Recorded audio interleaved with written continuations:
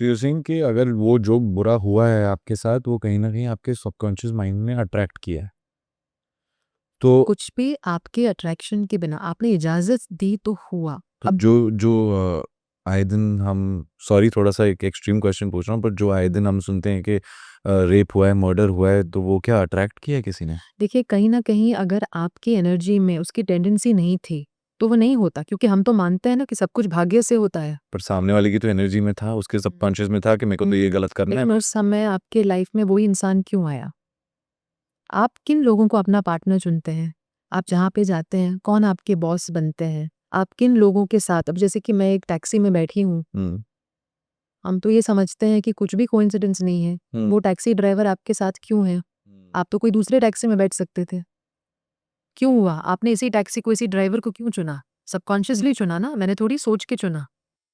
You subconsciously know, चीज़ें somewhere होती हैं। I do agree with you, and somewhere I feel कि ठीक है, but you know, there's certain things which are so देखिए that extreme that I feel like I mean, I don't think anybody would want to manifest or attract नहीं, देखिए हम जानबूझ के कोई भी गलत कुछ भी चीज़ गलत कोई चीज़ भी अट्रैक्ट अट्रैक्ट नहीं नहीं करते। करना हाँ, चाहता। लेकिन कुछ चीज़ें होती हैं और अच्छे लोगों के साथ होती हैं। क्यों हो रही हैं? कहीं न कहीं हम हमारे शास्त्र तो यही बताते हैं कि हो रहा है क्योंकि आपके कर्म ऐसे। इसका मतलब ये नहीं कि मैं इंसान को जज करूँ, अरे इसके बुरे कर्म हैं, देखो इसके साथ गलत हुआ, इसके बुरे कर्म हैं। नहीं, यहाँ पे एम्पैथेटिक होना बहुत इम्पोर्टेंट है कि हमारे सबकॉन्शियस माइंड में बहुत सारे मेमोरीज़ हैं। हो सकता है एज़ अ चाइल्ड आपने कुछ एनर्जी पिकअप की। हुँ, हो सकता है आज मैं रास्ते पे चल रही थी जब मैं बच्ची थी और मैंने कुछ देखा गलत। वो मेरे एनर्जी में चला गया, डर बनकर बैठ गया और उस डर के कारण मैंने इस इंसान को अट्रैक्ट किया जिसने मेरे साथ गलत किया। अब इसमें मैं बुरी इंसान तो नहीं बनी ना, I am not a bad person, लेकिन मेरे अंदर गलत इन्फॉर्मेशन गई। मैंने ये देखा कि लोग गलत भी कर सकते हैं। लोग आपके साथ फ़ोर्सफुली कुछ कर सकते हैं। एज़ अ चाइल्ड मैंने देखा। अभी वो उस वजह से भी हो सकता है। तो हो सकता है आज आपकी एनर्जी में कुछ अंदर कुछ गलत चला गया, जिस वजह से आपने वो इंसिडेंट अट्रैक्ट किया। लेकिन अगर आज मेरे साथ कुछ गलत हुआ भी, हुँ, उसके साथ मैं क्या कर रही हूँ, वो मेरे आज पर डिपेंडेंट है। और आज अगर हम अंडरस्टैंडिंग रखें कि जो गलत हुआ ना, उसका प्रभाव मैं अपने शरीर से, मैं अपने परिवार से, मैं अपने ज़िंदगी से हटा सकती हूँ अगर मैं उस एनर्जी को चेंज करूँ। इनफैक्ट फ़ॉरगिव करके देखेंगे तो थोड़ा लाइट हार्टेड फ़ील होता है और अपनी सेल्फ लव बढ़ती है। तो एक जर्नी है। You know there is another concept that I wanted to talk to you about, बहुत ही इंटरेस्टिंग सा वर्ड लगा मुझे, पर मुझे उसके बारे में कुछ समझ है नहीं। होपोनोपोनो, हाँ, हो ओपन-ओपन हो। होपोनोपोनो, हाँ, ये क्या होता है? ये कहाँ से शुरू हुआ? ये हाँ, बहुत ही फंकी सा वर्ड साउंड करता हाँ। है। होपन-ओपन में कॉम्प्लिकेटेड सा वर्ड ही है और तो प्रोसेस बहुत ईज़ी है। एक्चुअली उसका मतलब हवाइन वर्ड है। हवाइन्स इसको प्रैक्टिस करते हैं। ये क्यों ज़्यादा फ़ेमस हो गया है? क्योंकि एक्चुअली हमारे स्पिरिचुअल कल्चर और फिलॉसफी को ही बताता है। वो ये है कि आपके साथ इनफैक्ट हम अभी इसके बारे में ही बात कर रहे थे। हाँ, आपके साथ जो होता है ना, कोई और नहीं कर रहा, आपका सबकॉन्शियस माइंड कर रहा है क्योंकि उसके अंदर बहुत सारे मेमोरीज़ हैं। तो होओपनोपोनो का अर्थ है कुछ करेक्ट करना, कुछ चेंज करना। क्या चेंज कर रहे हैं? हुँ, क्या हील करना है? हुँ, हमारे अंदर बैठे मेमोरीज़, हमारे अंदर बैठे कर्मों की एनर्जी को, हुँ। उसको चेंज। सबसे पहले इसका ओरिजिन बताइए। ओरिजिन हवाइन वर्ड है। हवाइन्स इसको प्रैक्टिस करते हैं और जो हवाइन थेरेपिस्ट होते हैं ना, वो जब हीलिंग करते हैं ऑटोमेटिकली हीलिंग में वो जो फ़िलॉसफ़ी फ़ॉलो करते हैं, वो होपोनोपोनो की फ़िलॉसफ़ी होती है। तो ये एक हीलिंग सिस्टम है हवाई में। Who started it? देखिए एक लेडी थी जिन्होंने एक ये बहुत ट्रेडिशनल सिस्टम है हवाई में, जो फैमिली मेंबर्स को साथ में मिलकर करते थे कि 2 फैमिली मेंबर्स के बीच में अगर झगड़ा है, तो वो साथ में बैठकर एक-दूसरे को सॉरी कहकर उस सॉल्यूशन लाते थे, सिचुएशन को सँभाल लेते थे। लेकिन एक लेडी थी डॉक्टर मोरना सिमियोना मोरनास? सिमियोना ओके। उन्होंने क्या किया, उन्होंने इस सिस्टम को ज़्यादा मॉडिफ़ाई किया।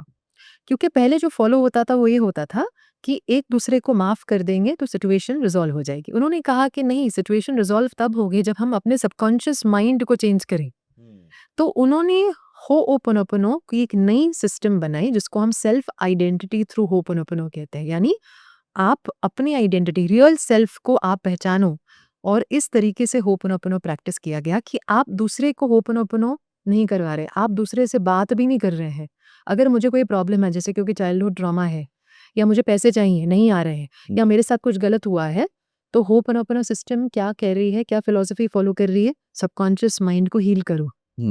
तो इसीलिए होपनोपोनो का एक्चुअली अर्थ है इसको हील करना। उनके एक स्टूडेंट थे, डॉक्टर इहालिकाला हू लिन, उनका नाम है, डॉक्टर हू लिन के नाम से जाने जाते हैं। कुछ साल पहले ही वो उनकी मृत्यु हुई। उन्होंने होपनोपोनो को और भी ज़्यादा फेमस कर दिया, क्योंकि उसके साथ एक इंसिडेंट हुआ। उनको हवाई स्टेट हॉस्पिटल में नौकरी मिली एज अ थेरेपिस्ट। वहाँ Okay. पे एक वार्ड था जहाँ पे मेंटली इल क्रिमिनल्स थे।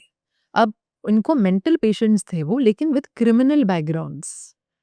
तो ऐसा था कि वहाँ पे काफ़ी लोग थे जो रेपिस्ट थे, मर्डरर्स थे, जिन्होंने ऐसे हीनियस क्राइम्स किए थे। उनको साथ में एक वार्ड में रखा गया था। बहुत सालों के लिए उन्होंने इस वार्ड में पेशेंट्स को हील करने की कोशिश की, लेकिन नहीं हो रहा था। उन्होंने सुना कि ये कुछ स्पेशल करते हैं, हीलिंग करते हैं, तो उनके पास गए, उनको अप्रोच किया और कहा, क्या आप हमारे लिए काम करेंगे? उन्होंने एक्सेप्ट किया जॉब को। कुछ महीनों में डॉक्टर हुलेन के जॉइन होने के बाद उन्होंने कुछ चेंजेस देखे वार्ड में। जैसे कि पेशेंट्स जो बहुत ज़्यादा स्ट्रांगली ना, वो उनको शैकल किया गया था, चेन किया गया था, अभी उनको छोड़ रहे हैं। अभी वार्ड के अंदर जो स्टाफ भी नहीं जाता था, क्योंकि मारा-मारी होती थी, वायलेंस बहुत था, वायलेंस कम होने लगा। और ऐसे भी कुछ पेशेंट्स थे जो 1 डेढ़ साल में डिस्चार्ज हो गए, जो कि कभी नहीं हुआ था इतने सालों से। तो तब जाके ये न्यूज़ स्प्रेड हो गई कि कुछ अलग हो रहा है, कि ये कुछ अलग करते हैं जिससे हीलिंग इतनी जल्दी हो जाती। तो उनसे पूछा गया कि आप कर क्या रहे हैं? उन्होंने कहा, मैं तो सिर्फ होपनोपोनो कर रहा हूँ। तहाँ से होपनोपोनो जो है बहुत फेमस हो गया, और तब लोगों की इंटरेस्ट जागी कि ऐसा क्या होता है जिससे हीलिंग हो जाती है तो लोगों इसको की। प्रैक्टिस कैसे करते हैं? तो उन्होंने एक सिंपल चीज़ बताई कि मैं जब पेशेंट्स के फाइल्स पढ़ता हूँ ना, तो मेरे अंदर पेशेंट की फाइल को पढ़ के जो फीलिंग आती है, मैं उसको क्लीन करता हूँ। अब जैसे कि मैंने पेशेंट की फाइल पढ़ी कि इसने अपने माँ की मृत्यु कर दी, इसने अपने माँ के और परिवार के साथ गलत किया, इसने ऐसे लोगों को चीट किया। उनके अंदर क्या आ रहा है? कभी दया, कभी गुस्सा, कभी नफ़रत। उन्होंने इन फीलिंग्स पे क्लीन की। कैसे क्लीन की? अपने सबकॉन्शियस माइंड को I love you, bless you बोल के। सो होपनोपोनो में होता क्या है, आप सबकॉन्शियस माइंड को एक बच्चे की तरह देखते हैं, और आप उसकी हीलिंग इस तरह से करते हैं, उसके प्यार देकर, उसे ब्लेस करके। अब जैसे कि कुछ क्लीनिंग वर्ड्स है होपनोपोनो में, बहुत फेमस है। I am sorry, please forgive me, thank you, I love you. Sorry किसको बोल रहे I'm हैं? sorry, please, please forgive me, thank you, thank you, I I love love you. you. Okay. I am sorry किसको बोल रहे हैं? Subconscious mind को। क्यों पता है? Subconscious mind को, okay. क्यों? सोचिए, आप माँ हैं और आपके सामने बच्चा है, बच्चा गिर गया, बच्चे को बहुत दर्द हो रहा है, माँ भी रोती है, कभी-कभी माँ की आँखों से आँसू निकल आते हैं, because she can feel the pain of her child ना, Hmm. बट फिज़िकली बच्चे को दर्द है, Hmm. बट माँ भी रो रही है। Hmm. कॉन्शियस माइंड उस माँ की तरह है। आज आपकी लाइफ में अगर कुछ गलत हुआ ना, आपको दर्द हो रहा है, लेकिन दर्द असल में किसके अंदर है? बच्चे के अंदर है। बच्चा आपका सबकॉन्शियस माइंड है। उसके अंदर मेमोरी चल रही है, तो मेरा दर्द तो एक्चुअली कुछ भी नहीं है। तो अगर मेरे साथ किसी ने कुछ गलत किया और मुझे आज गुस्सा है, तो मैं होपनोपोनो इस तरह से करूँगी, मैं उस गुस्से को एक्नॉलेज करूँगी और अपने सबकॉन्शियस माइंड को सिखाऊँगी कि देखो, गुस्सा नहीं रखना है। आई एम सॉरी, मैं नहीं जानती तुम्हारे साथ ऐसा कैसे हुआ। Please forgive me.